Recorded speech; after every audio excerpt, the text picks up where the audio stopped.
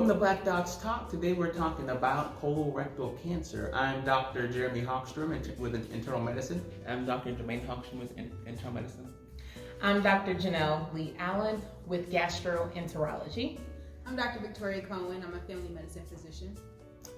All right, so let's get into it. So let's start with, what is colorectal cancer? So colorectal cancer is essentially cancer of either the colon or the rectum. And it's really, really important. Why? Because it impacts over 100,000 people each year of new cases, so roughly about 150,000 new cases each year in the U.S.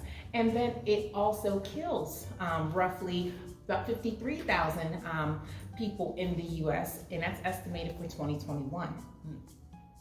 Wow. So that is definitely a pretty big number that does kill every year. It's a lot of people. So I guess I'll start by asking, how might someone present with colorectal cancer?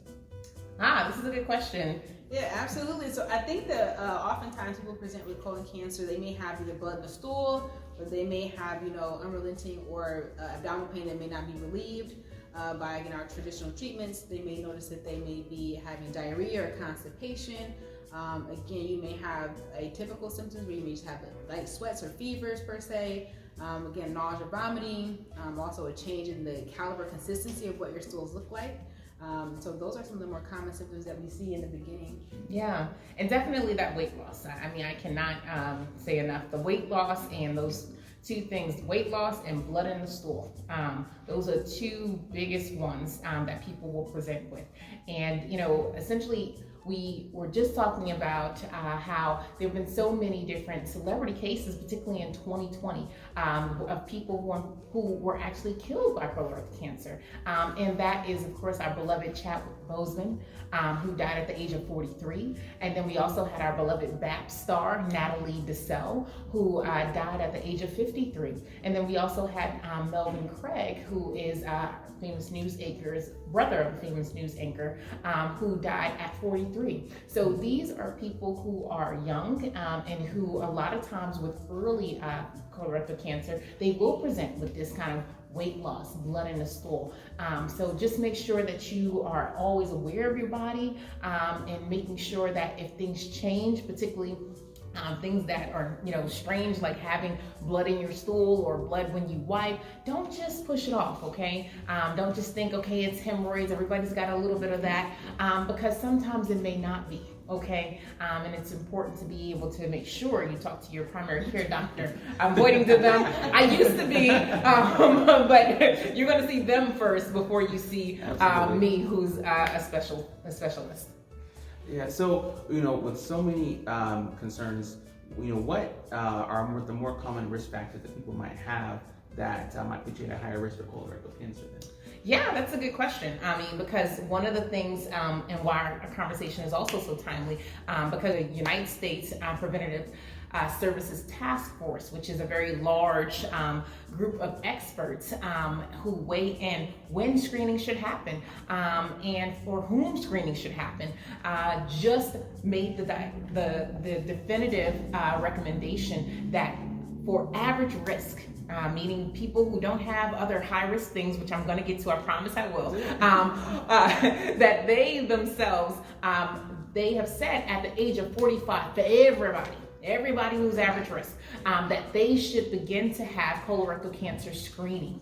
And that is a gamut of things. That can be just testing your stool. That can also be having a colonoscopy. And these are things that, starting at the age of 45, that many other organizations have actually said, particularly all of the gastrointestinal large societies, all the way in 2017 have said that we should begin colorectal cancer screening, particularly for African Americans at the age of 45, because African Americans have been known to have higher risk for getting diagnosed at later stages, which mean having a higher mortality, which simply means death, a higher rate of death from colorectal cancer. So high risk. Here are the high risk things. 1, do you have a family history of having colon cancer, particularly in first degree relatives? So your mom was a first degree relative. It's a mom, dad, sister, brother, or even your own children. And then, you have other things. I'm going to bounce back to our primary care. So I've talked about family history. I only want to also throw out inflammatory bowel disease. So if you have chronic conditions such as ulcerative colitis or Crohn's disease, you should be getting your colonoscopy, specifically colonoscopy, at 8 years from the time that you were diagnosed. And then other high-risk features. Let's get into the congenital disorders. unless you want me to handle that one. Okay, that's true. Okay, so other congenital disorders. So that just simply means if you have a family history of specifically colorectal cancer or other cancers, understand that. So things like Lynch syndrome, if you know what that is, if you've heard anybody in your family say that, your eyebrows should be raised.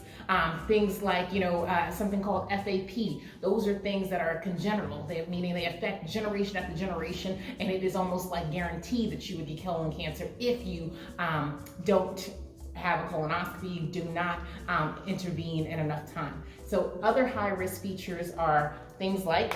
Absolutely. So, and again, how you talked about increased risk of death and things of that nature, some of these things are actually absolutely preventable. And so ways that we can, lower our risk basically is to look at our diet. So essentially we are looking for diets that are, high fiber diets, most definitely that are low and high trans and saturated fats, and most certainly diets that are, low in excess carbohydrates, excess calories, and things of that nature to kind of help reduce that risk. And then, being physically active. So we do see that there is a higher risk of people who have more sedentary lifestyles. So who may not be, exercising, getting up, moving around. So we try and, say, get that 150 minutes if you can. Also, if you're doing weightlifting, running, 75 minutes a week if you can as well. Some of the other things that we look at, again, is making sure you're doing your preventive screenings as early as possible. So again, at the age of 45 is when we try to traditionally advocate for you to start at this point now. So. Yeah. And then the only thing I want to chime in and just give a clarity to the average risk, because that's the age of 45. But I didn't necessarily speak to, what happens if you are high risk? So along with the things that we talked about, having a family history of it, with even the syndromes, but also even if you yourself have a history of polyps, that is also considered high risk. So what does that mean? So if you fall into these categories of family history and having inflammatory bowel disease, having these congenital syndromes, or having a history of polyps yourself, that really just means that your options for how you screen for colorectal cancer are more set in place. So if you have those high-risk features, you actually should be having colonoscopies specifically. In addition to that, you should be beginning at the age of if you have a first-degree relative who's under the age of 60, you should be begin at 40 years old or earlier if it is, let's say your relative was diagnosed at the age of 40 themselves in their first degree. That means you should actually begin at 30. And I know that sounds a whole, like, wow, that's mind-blowing. We've been talking about 45 here. But now you're telling me I possibly need one at 30. The biggest thing is I want folks at home to know is that you need to know your family history. Because if you know that about your family, make sure you're telling your primary care doctor, and they will let you know that it's not strange, it's not just something you've heard from the young Black physicians, but that it is well documented, and these are standard of care. This is what you need in order to make sure that you do not end up with colon cancer, and that we catch it. We catch it as early as possible, so that we can get you the best treatments and prolong life as long as possible, and you have an enjoyable, good outcome. So the standard used to be 50, so now it's going down to 45. So now you have a patient that comes into your office, just hit 45. Now it's time for screening. So patients may have fear, there may be a stigma behind what screening is. Some patients have even told me that, they don't want to do it because it may affect their sexuality. Mm-hmm. Are they going to be awake? Is it painful? So what can you talk about that? Yeah, I'll definitely let Dr. Cohen. Absolutely. So, in primary care, oftentimes I think it's important to address barriers. We often find that people avoid screening or delay screenings because they have a fear, some sort of concern. whether it be, you saw somebody have a bad outcome or you're worried about what the test may look like. And so I like to, number one, discuss what the fear is, and number two, discuss how we can alleviate that fear and go over what that day may look like if you are getting a colonoscopy. And so again, if we're talking about the fear of the prep, then most certainly we go through that, and I think they made changes to that as well to kind of help alleviate that. But also that, if you are not of high risk, then what are the other screening availabilities to you? And so sometimes people feel comfortable being able to take a kit home from the office. Right. So we do offer that fit screening. Most often is you can take it home, whether it's Cologuard, again, we put the order in and we send that kit to your home, and you can use that at the safety there. And otherwise, if we are looking more at a scope, then we are sending you to the GI specialist, where again, you can feel rest assured that you're being taken care of by somebody who is well trained in doing this procedure, that is very safe, and that ideally you have somebody with you to go to the appointment. But just to bring you a little bit more comfort. So I think that is key to helping alleviate those fears. Yeah. Yeah, that's definitely really important options. Just a key thing to point out is that when you have the different options, that there is different screening parameters, different like certain ones. A lot of the non-invasive ones are going to be more yearly, correct? That's right. And if those happen to be positive, in other words, being that they do indicate blood in the test, yes, then oftentimes the next step would be that colonoscopy. Absolutely. Because that is still the gold standard, right? Absolutely. For, the colonoscopy is the best because you can get in there, visualize, take biopsies and things like that. So which is why ultimately that would still be the ultimate test to go to if one of those tests do become positive. But it's still good that we have these options, but just so you're aware, that would still ultimately be the next step, which is why GI, primary care, we often tend to want to prefer the colonoscopy if possible. That's just, something that we're always talking about in the clinics too. Yeah, and it's important because it's like, so our GI societies, because of the fact that what has been studied many years have been the FIT testing, as well as have been actually flexible sigmoidoscopies, which are basically a shorter version of colonoscopy, but was available easier and quicker over the years. So there's many population studies, or not population, but rather large scale studies is what I'm saying, what I'm alluding to. There are thousands of people who have been able to be studied and revealed that if you do FIT testing every single year, oftentimes you can, get caught early. But one thing you should know is that with FIT testing, it says that there's likely a polyp there, and it's been shown to be very effective.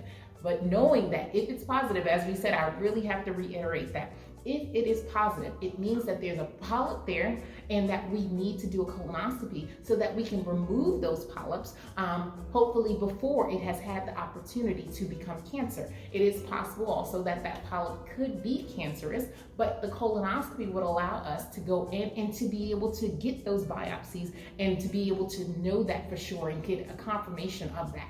And again, it's not about whether or not if there's cancer there. Cancer is no longer a death sentence, not when we're talking about colorectal. When we are talking about early detection of cancers, we are saying that if we can get there as early as possible, we can get there before it spreads to any other organs in the body. We can get there so that we can possibly have surgery, meaning removal of that section as a cure. I mean a downright cure, not something where you actually have to have chemotherapy and things to that nature. But even if you're at the point that you have gotten a diagnosis of cancer and perhaps that it is in other areas, chemotherapy itself and chemoimmunotherapies have had such a revolution that people have been living even longer than they were many years ago.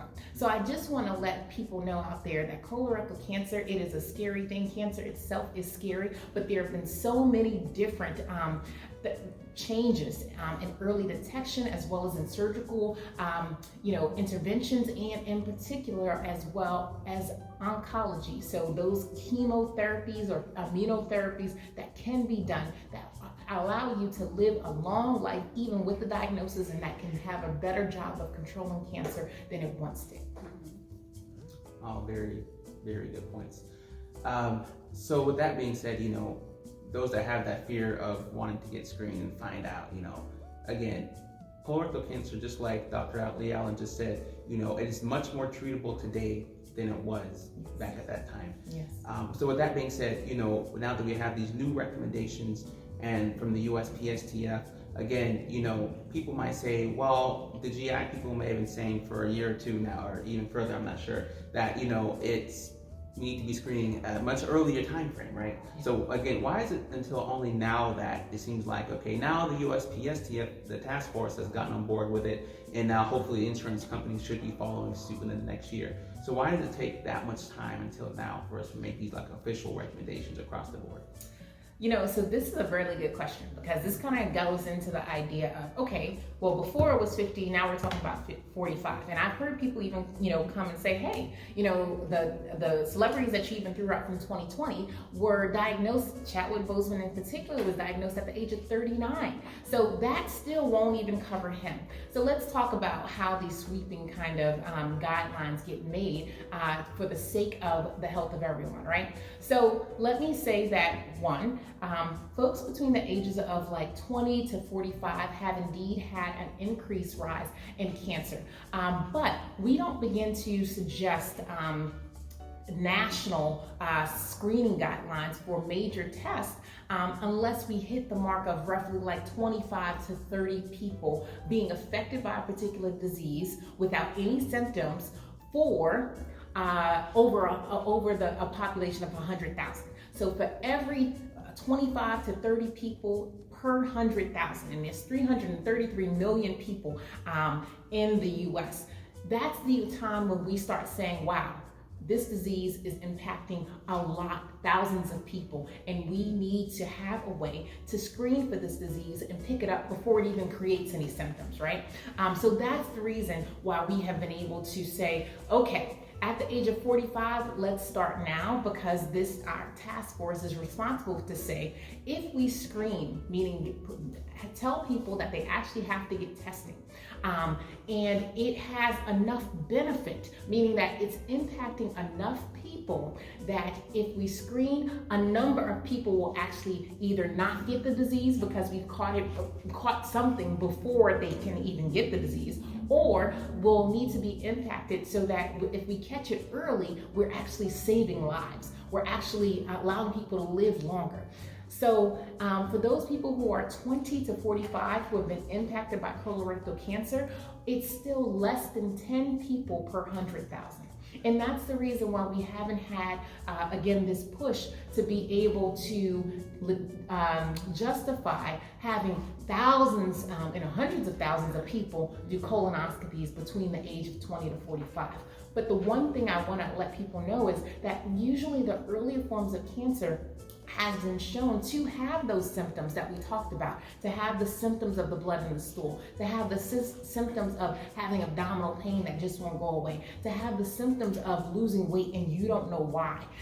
So pay attention to your body. If you're in that category of 20 to 45, again, don't brush things off. Don't say, I've been losing weight, but maybe, and you haven't changed your diet, or you still eating all the time. Those are things to say, wait a minute, something's not right. Why is my belt loose? I haven't done anything different. I'm bleeding. Maybe it's just hemorrhoids. No. Tell somebody, even if you don't have it, and that's the other thing. We found that these early cancers of 20 to 45, they may not have family history. That you may not have a brother and sister. That is old school thinking where people have said, okay, well, you don't necessarily have really high risk factors and you're pretty young, so I don't think we need to do anything. No. If you're with a doctor who, says, hey, I don't think we need to do anything, you advocate for yourself and say, no, I've been reading up on this, and I want to at least see a specialist. I want to see a GI specialist, and I want to make sure that if I need to have a procedure just to make sure everything's okay, hey, make sure everything's okay. And we can move, if nothing's wrong, you can do something else, to figure out what else might be going on to cause that particular symptom. So lastly, because it's now at 45, all the USPSTF, basically just the task force is what you need to know at home.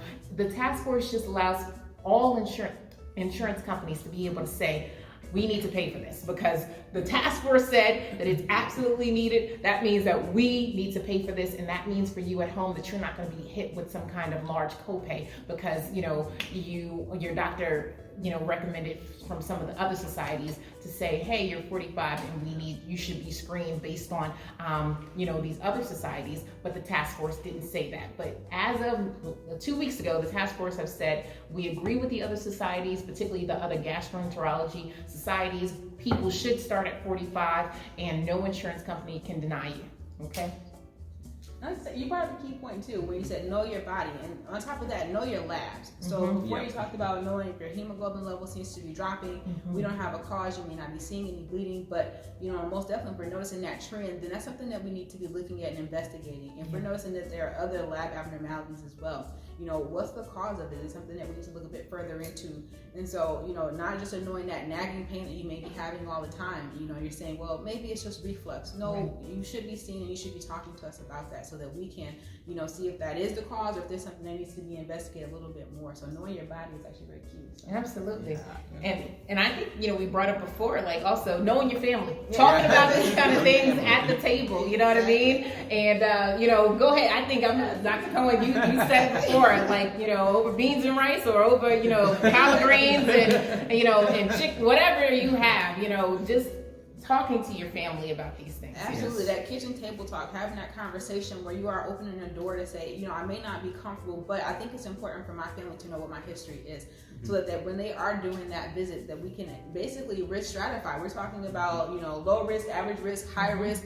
And so that's key information for us to make, a really good decision or evidence-based decision is to say, what kind of screening should you have and how soon should you be having it? But also, again, knowing your history, if you've moved around quite a bit, if you had a scope before, that's important to know as well. Why did you have a colonoscopy? Because one of the things that I do see is I'm like, well, have you ever had a colonoscopy? And this person may not be 40 at all. And then you're quite younger and they say yes. And I'm like, well, wait a minute. That's ringing, a little bit of alarm for me. Why did you have a colonoscopy? And so they may say colonoscopy, constipation or something of that nature, but that helps us to decide too, what should we be doing next? Because again, these are very preventable things, most definitely, but talking with that family and opening up that door and just making things more comfortable for you to, go for that screening that you need to do, or perhaps even have them come with you, and that way they can see that things are okay when it's their time to do it. I think that's just something that we need to do a lot more of, is talking amongst each other. So absolutely, securing your ride and being a good example, and being a good example. That's great. Exactly, and that's best.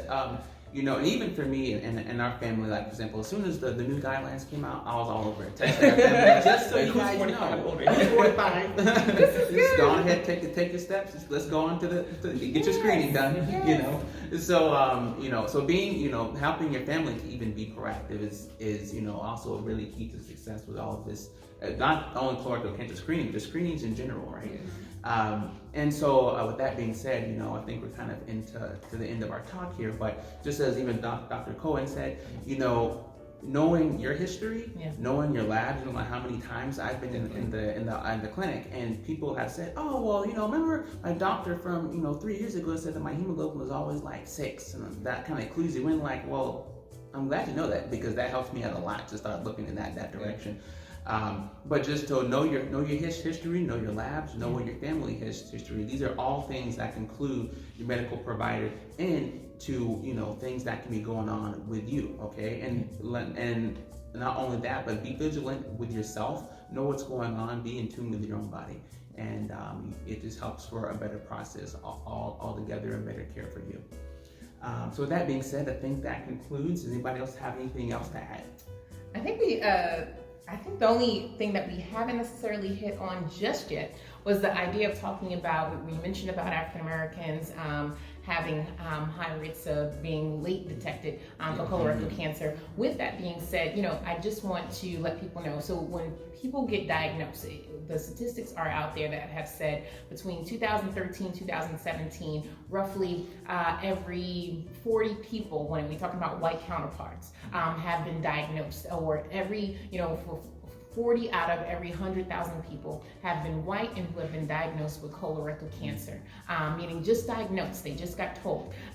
But in African American communities, that number is actually 44 people for every 100,000 of African Americans that have been diagnosed. And then on the flip side, when we talk about, well, how many people does colorectal cancer actually cause the death of? Then we are talking about, for our white counterparts, we're talking about 16 people per 100,000. whereas our African American counterparts, we're talking about 19 people per 100,000. And you might say, well, that's only a difference of 3, but this is per 100,000 for over 300 million people who are in the U.S., right? So these are things that we have to know about ourselves, and just, we are here as young Black physicians. We're trying to get the word out to communities of color. And when we talk about the goal of eliminating health disparities, we have to definitely acknowledge it, and we want to make sure that we're always educating you about it, because it means that we need to make sure that only we can fix us.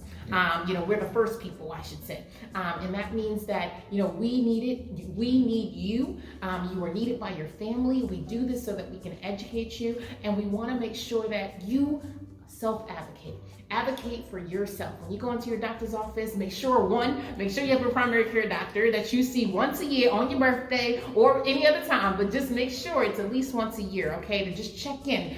We get oil changes for our cars more frequently than that. So just to make sure that you're checking in, that's part of your self-advocacy. And then, as we just said, being able to talk about it with your family or text about it with your family, whatever be the case, just to make sure that we're keeping an eye out for each other. I think that's what I wanted to know. Yes. So, colon cancer can be a scary thing. We know that there are fears with getting screened, but the key point is that it can be very treatable if it's caught early. So that's kind of the key point.